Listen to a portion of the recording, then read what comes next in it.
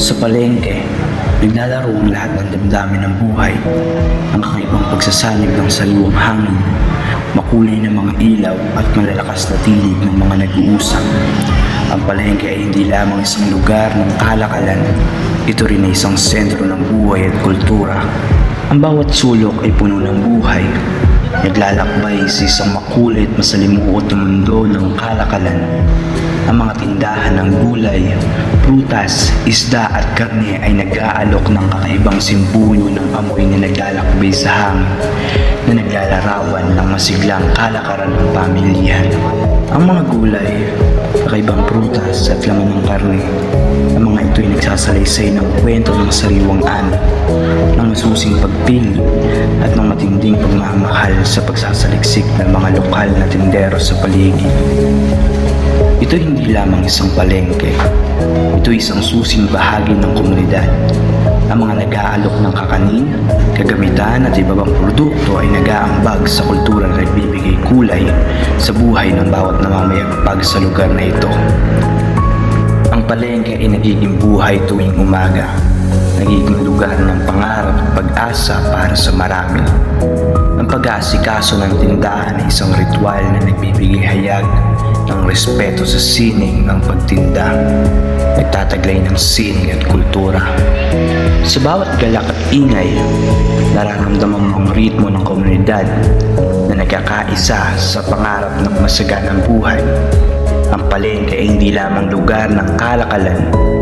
Ito'y pook ng mga pangarap, ng mga pangako, at ng mga kwentong nagbibigay kulay sa bawat nilalang na naglalakad sa kani-kanilang eskinita.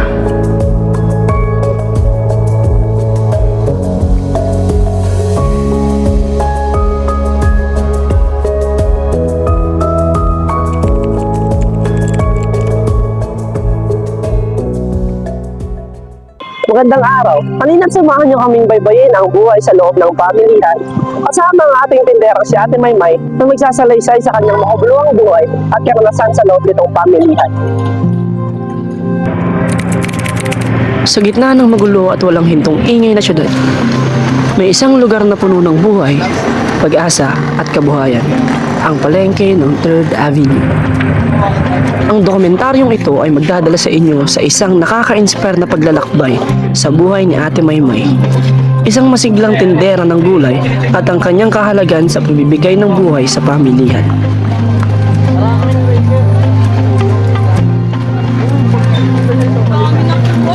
Ang ating paglalakbay ay magsisimula sa pagsikat ng araw, kasabay ang ritmo ng pamilihan at ang ingay na nagsisimulang gumising at buhay sa komunidad.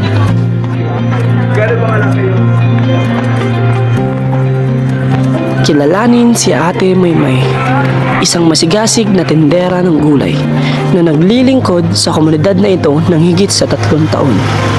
Ang kanyang koneksyon sa sariwang gulay ay hindi lamang para sa kabuhayan, kundi para na rin ito sa kanyang buhay at kinabukasan. Paano po kayo nagsimula sa hanap buhay na ito? Nagsimula doon sa sa ate ko. Nagtatayo sila ng bahay. Ako muna pinagtinda nila doon. Hanggang natuto na ako magtinda. 229.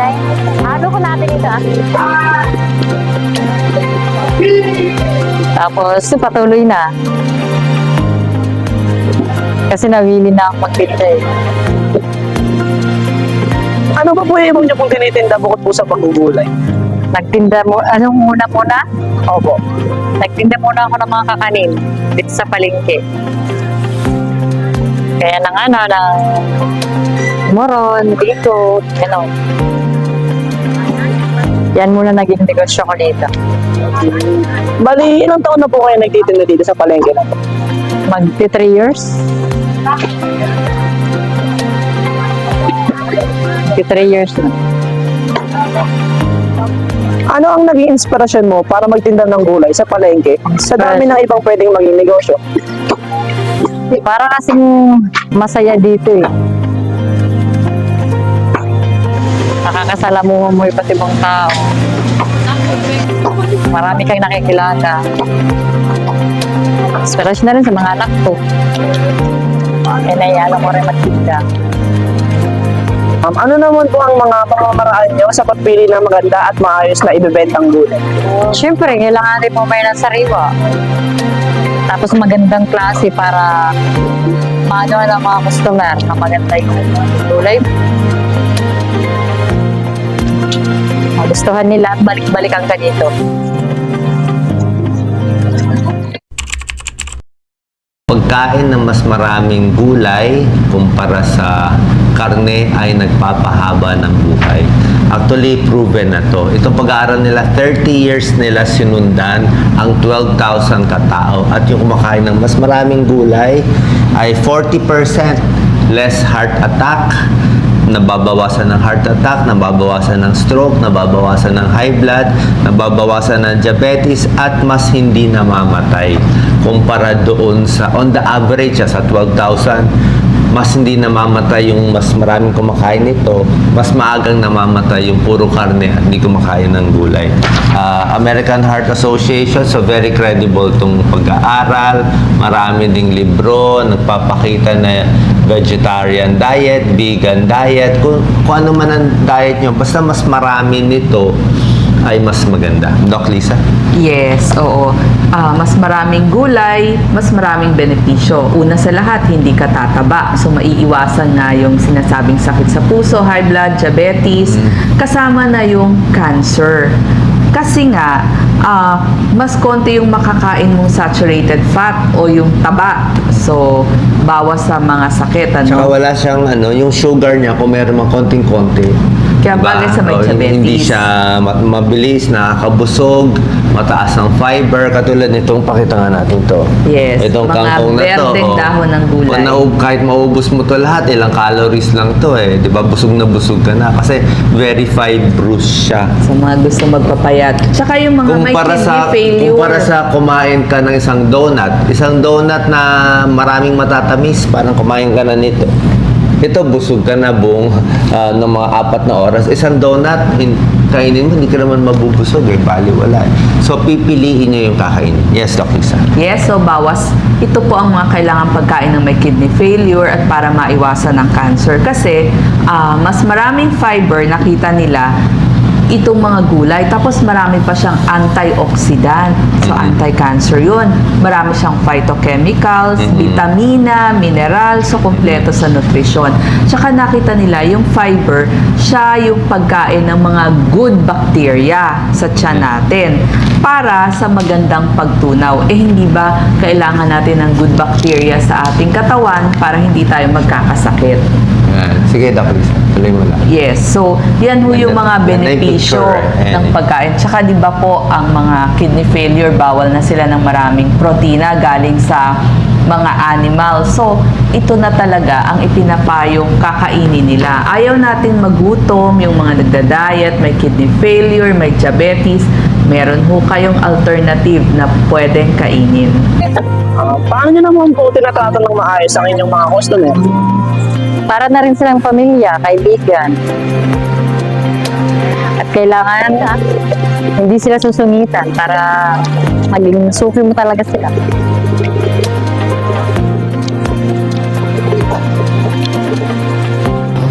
Hindi lamang po para sa transaksyon.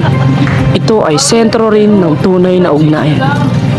Kilala niya ang kanyang mga customer sa pangalan at alam niya kung paano nito makukuha ang atensyon upang sa kanya ay bumili, at alam rin niya ang mga paboritong gulay ng bawat isa nito.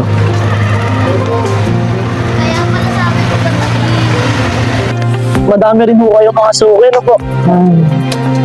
Marami. Yun na, kaya nananatili ako dito dahil sa kanila din. Dahil sa kanila. Bali, nakikilala nyo na po kung iba sa kanila, no po? Makilala ko na sila. Iba, nakikipagchismisan. Kailangan talaga pagkikisama para manatili kang ganito. Kasi pag masungit ka, wala kang customer. Wala nga ano sa'yo. Ano naman po ang mga hamon na madalas mong kinakaharap bilang isang tindera ng gulay? Number 1 yung baha, ulan. Init. Siyempre, papakit ako pag may Tapos yung raker. Yung nanguhuli. May times na po ba na may nakuha po sa inyo yun? Meron. Yung payong ko. Tingin niyo po, ano pong halaga ng payong? Pakiulit. Tingin niyo po, ano po, magkano na po halaga ng huli po sa inyo ng record? 1,000. Halaga nun. Lahat-lahat na po yan. Isang payong lang yun. Bali isang beses lang po. Isang kayo. business lang. Pero sa gulay, wala pa naman. Sa anong paraan naman po kayo nakakatulong sa komunidad sa pamamaraan ng Paraan? pagbenta ng gulay? Mura, siyempre. Hindi mataas ang presyo. Laking tulong na rin yun sa mga mamimili. Sa pinapatigilin niyo pong malinis po. yung mga Malinis, benta niyo po. gulay, masariwa. Yan, number 1. Kailangan talaga yung mababa presyo. Kasi pag hindi mababa ang presyo, wala mangyayari. Pero hindi naman masyado mababa. Yung kikita ka rin. Magkano po kinikita niyo sa isang araw? Kung mga Pwede ba yun sabihin? Depende po kasi sa araw yun. May minsan, may malakas, minsan, mahina. Hindi naman kasi pare-pareha. anong araw naman po yung pinakamalakas na benta? Sabado tsaka linggo. Pero kadalas talaga linggo kasi yun ang maraming tao. Pero mga ganito ang ordinary. Mga wala Sakto pong lang. pasok. Oo, sakto lang siya. Minsan nag-aapuno ako. Minsan naman may kita. Hindi naman lagi ako may kita. Kailangan talaga. May pangabuno ka pag sakali. Meron po ba kayong paboritong recipe na maaari niyo pong ibahagi sa inyong mga customer at Meron. pagkakatibay ng inyong kasamaan bilang tindera at customer? Ano naman po yung mga yun? Sinigang na baboy. Sinigang lang po. Tsaka tinulang manok. Nilaga, marami. Sa pamilya niyo po ba, kayo rin po nagluluto? Hindi, asawa ko kasi nandito na ako mga anak ko. Pero may mga times po na kayo rin po nagluluto. Hindi na, wala na akong time magluto. Kasi simula alas 4 hanggang alas 12 na ako dito. Pag-akit ko, matutulog na ako. Pagbaba ako, magtitinda na naman ako ulit. Wala na akong time. Kasi pag namamaling kami, alas 12 kami dumarating. Sino naman po yung mga nakakatulong niyo mag-ayos po dito? Asawa Or ko. nakakasama niyo? Asawa ko lang. Asawa niyo lang. Ilan na po anak niyo? 3. Anong mga grade level na po? Ayun sa first year college. Ayun sa grade 11. Tapos yung kanina yung bunso, grade 2. Yung asawa niyo po, may trabaho po ba?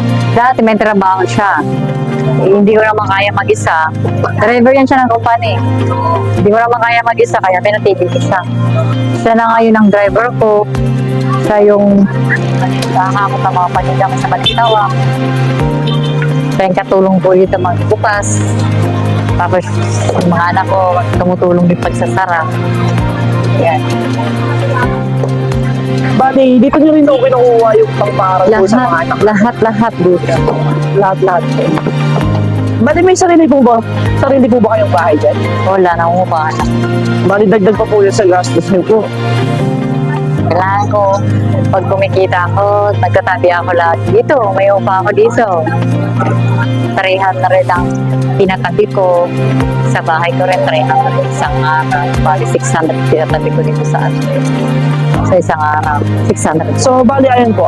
Paano niyo po nababudget yung mga kailangan niyo pong panggastos? Kailangan. Kaya po ng kuryente, tubig, ba? Kailangan magtipid. Tsaka sumasali ako sa palawagan. Nadagdagan ako rin ng ipon. Yan. Ayan, diskarte talaga para makabinta ka ng mga halaman. May prinsipyo si Ate Maymay sa mga produkto at kalidad ng gulay na kanyang ibinibenta. Siya mismo ang namimili ng mga produkto o gulay na kanyang ibinibenta upang matiyak niya ang kalidad at kagandahan ng gulay na kanyang ibibenta sa kanyang mga customer upang mas mapagpatibay nito ang kanyang kredibilidad.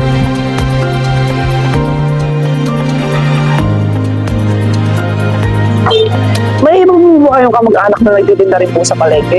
Mayroon. 3. Ay, 2 sila pala. Mga kapatid ko. Mga kapatid niyo po. Bali, sino po pinakamatanda po sa inyo? Yung kuya ko yung ganda na ng baboy. Pangilan po kayo sa magkakapatid? 5.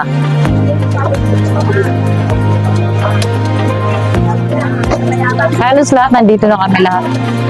Dito rin po sa palengke na po. Hindi, sa iba-ibang lugar sila. Ilan po kayo magkakapatid? 11. Labing.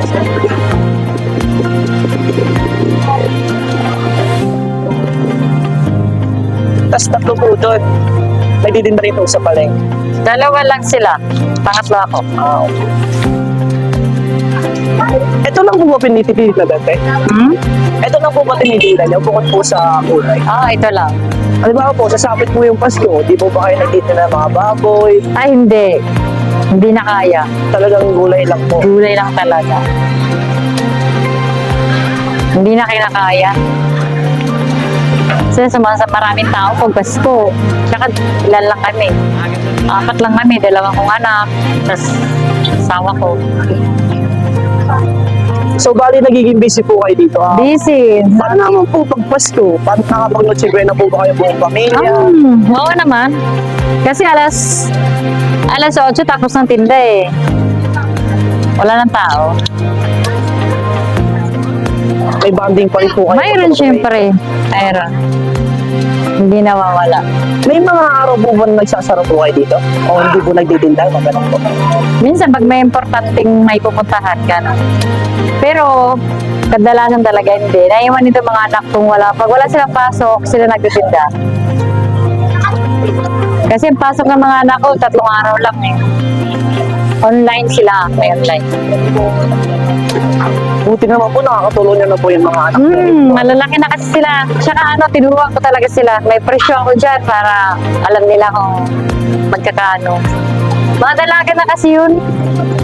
3 babae po. 3 babae.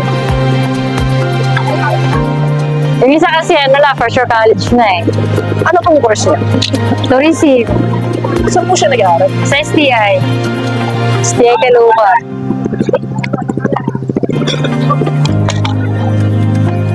Buti po na-handle niyo po yung tuition po ng student. Binagay po lang talaga yun. Talagang magaling po kayo mag-budget po sa pagbabayad po ng mga bahay. Tsaka bago yun siya mag-college, talagang nag-anak ako ng paluwagan ko. Nag-ipon ako ng 3 taon siguro. 2 taon siguro yun. Ang tuition nilang 2. Isa naman kasi sa NTC sa Manila. Doon ko pinasok. Doon gusto niya eh. Bukod po sa gulay, wala na po kayo ibang racket? Mga side hustle niyo po, mga diskarte niyo. Kasi binigyan kami ng puna ng pinsan niya, pamangkin ng asawa ko. Binigyan ako ng pera na pinaluwal ko. Sampo lang po. Pangpuhunan niyo po dito po. Hindi. Pinautang ko siya. Pina 5-6 po. Nagpa 5-6 po kayo. Oo. Sino naman po yung mga pinapautang niyo po? Ay, mga suki ko naman sa Balintawak ko. Mga nagbabayad naman po agad sila. Nagabayad sila. Sino po kayo naiipit sa budget? Hindi, kasi kinukuha, doon din ako namimili sa kanila. Yung mga kinukuha kong gulay, binabawasan lang dito. Tapos binabayaran ko na lang din. Parang lang. Pinapalitan ko din.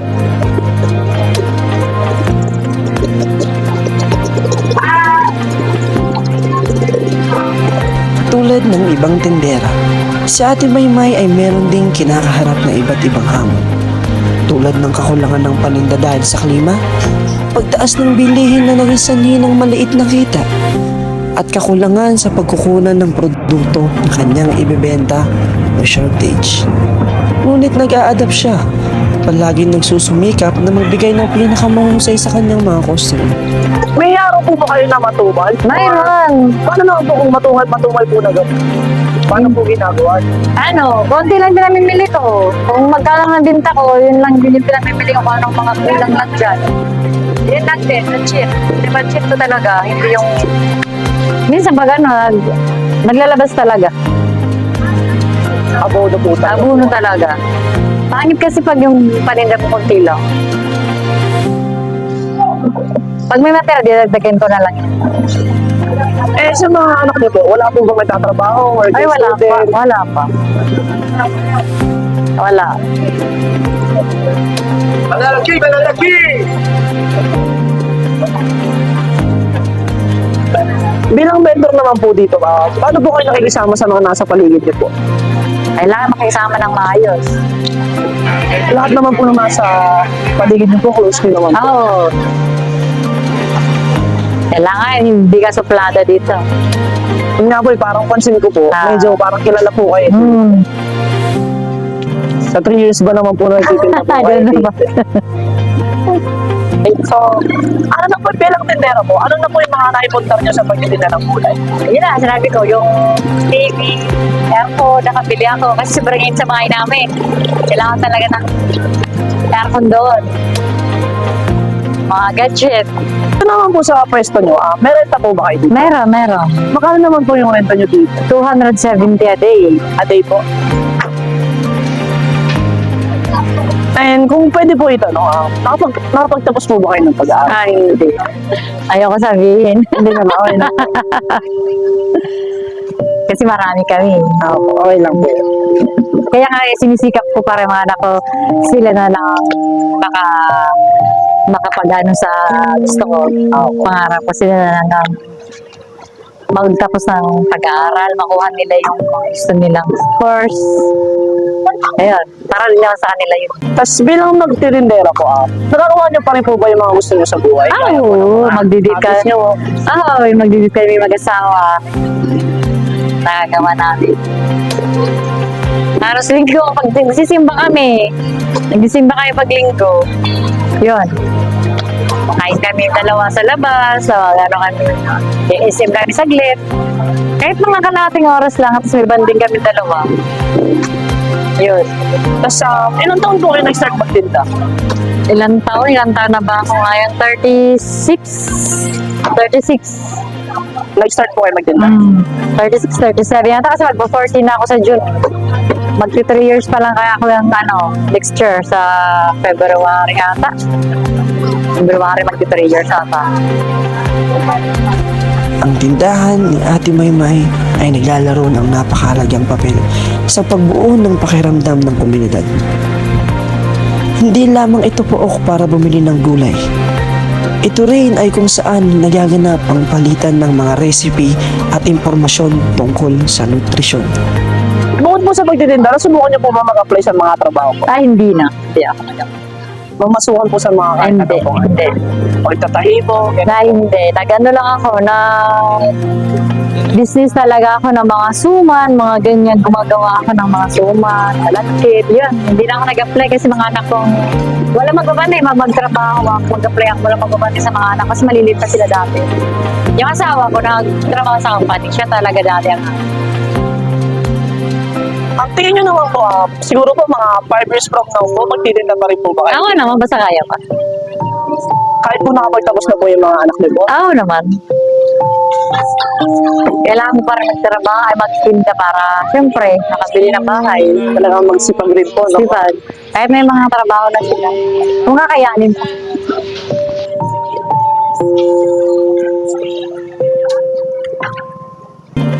Ano naman po yung mga bagay na mahalaga sa iyo bilang isang tindera ng gulay? Mahalaga sa akin. Ang mahalaga sa akin, yung mga customer ko, siyempre. Kasi kung wala sila, wala akong ano dito. Kailangan talagang alagaan mo yung mga customer mo. Nabawi pa siya sa kanila. Kahit masungit sila, sige. Kailangan pagbigyan mo sila. Ikaw na lang intindi sa kanila. Habang bumababa ang araw, natatapos na ang ating paglalakbay sa tindahan ni Ate Maymay. Ito ay isang patunay na kanyang dedikasyon, ang papel ng lokal na tindera at ang ugnayan na meron si Ate Maymay sa komunidad. Ano naman po yung nais nyo iparating sa mga customer, kapwa tindera at mga nakakapanood po nito? Ang kapwa ko tindera, kailangan mahaba pasensya natin. Intindihin natin na lang at alagaan natin yung mga suki natin. Tayo na lang mag-adjust sa kanila. Saan sa mga customer naman, sana maintindihan nila. Kasi minsan mataas yung bilihin, hindi namin na ibibigay yung gusto nilang tawad, nagagalit sila. Sana maintindihan nila yun. Kasi hindi naman lagi mura ang palinde. Kasi pag kaya naman ibigay, ang tawad nila binibigay naman namin.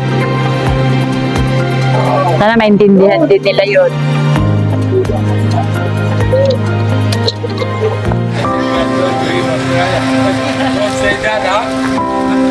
Sa pagtatapos ng isang araw sa tindahan ni Ate Maymay, isama natin siya kasama ang kanyang asawa at anak. Sa kabila ng kaginhawaan at hirap ng buhay sa palengke, dama ang init at saya sa kanilang pagsasama. Sa bawat hinaharap ng tindahan, naroon ang kanyang asawa at anak na tagapagdala ng bagong sigla at lakas sa araw-araw na paglalakbay ng kanilang pamilya. Kasama natin sila, bumabalik sa kanilang mga alaala at nagbibigay hugis sa kwento ng simpleng tindahan na nagiging sentro ng pamilya at pagkakaisa. Hindi lang ito tindahan, ito'y nagsisilbing tagpo ng mga masiklat at mapagmahal na puso, kung saan ang sariwang gulay ay simbolo ng pag-asa at sustansya para sa buong komunidad at sa bawat kaigpitang ipinapakita ni Ate Maymay at ng kanyang asawa at anak. Lumalabas ang diwa ng palengke, isang puo kung saan ang pagmamahalan at pagkakaisa ay bumubuklod sa bawat hakbang.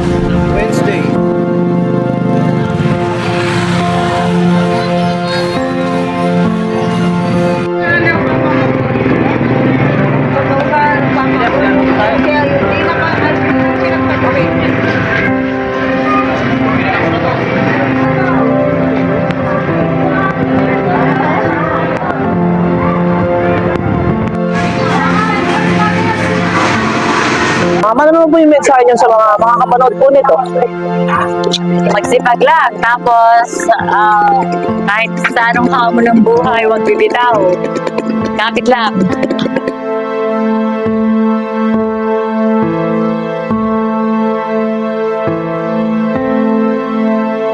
Hindi lamang isang lugar para bumili ng gulay.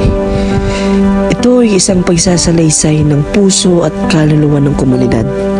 Umaasa kami na ang dokumentaryong ito ay nagbigay sa inyo ng isang masusing pagtingin sa buhay ni Ate Maymay. Isang mahalagang bahagi ng komunidad na ating kinagagalawan.